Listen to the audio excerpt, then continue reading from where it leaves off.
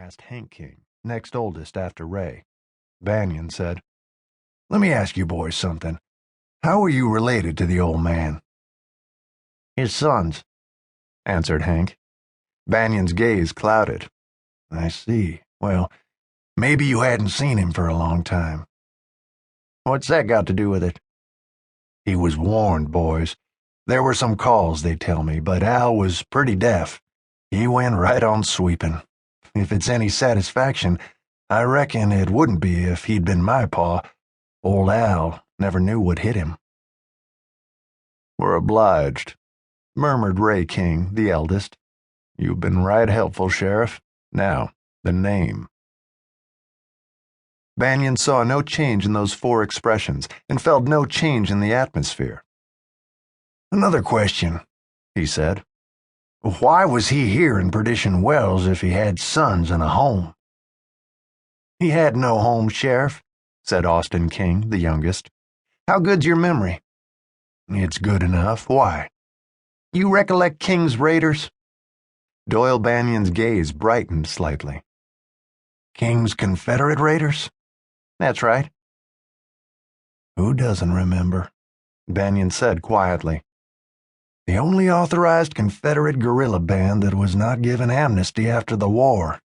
Bannion looked from one of them to the others. "Was he that King?"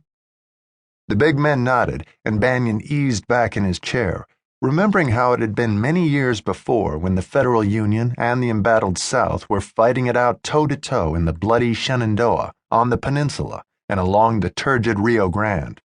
King's Confederate raiders had been a knout and a scourge to the Yankees.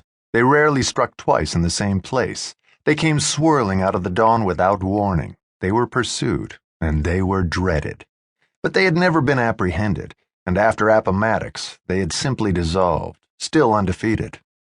For 10 years, long after others had been given total amnesty by a victorious federal union, Secret Service operatives, manhunters, and federal lawyers had pushed an intense search for the officers of King's raiders. None had ever been captured, and now, so many decades later, the aura of mystery and romance, of gallantry, had cloaked this dim memory with a sympathetic mantle, particularly among Texans, for it had been known that Colonel King's officers had all come from the Lone Star State. "That King," said Doyle Bannion again, beginning to understand the scope of this dilemma. "He was a saloon swamper." "He never quit running, Sheriff. He never quit hiding. He was an old man.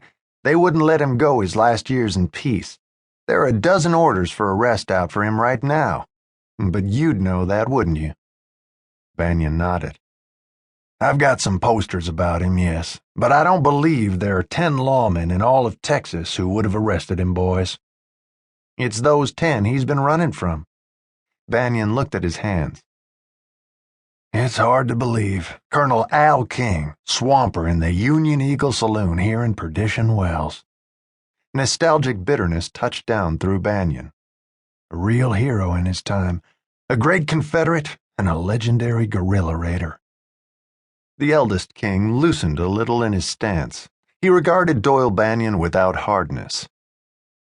"That's how it goes when a man lives beyond his usefulness. Every now and then someone would recognize him and send one of us word.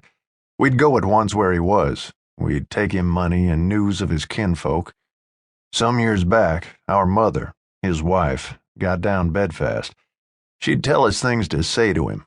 We'd carry the message back and forth. Once he wanted to go back, but there were Secret Service men watching, and he couldn't. She died that winter.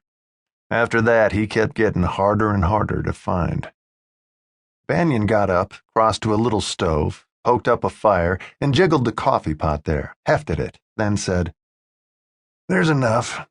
He pointed to a row of tin cups dangling from nails beneath a wooden shelf.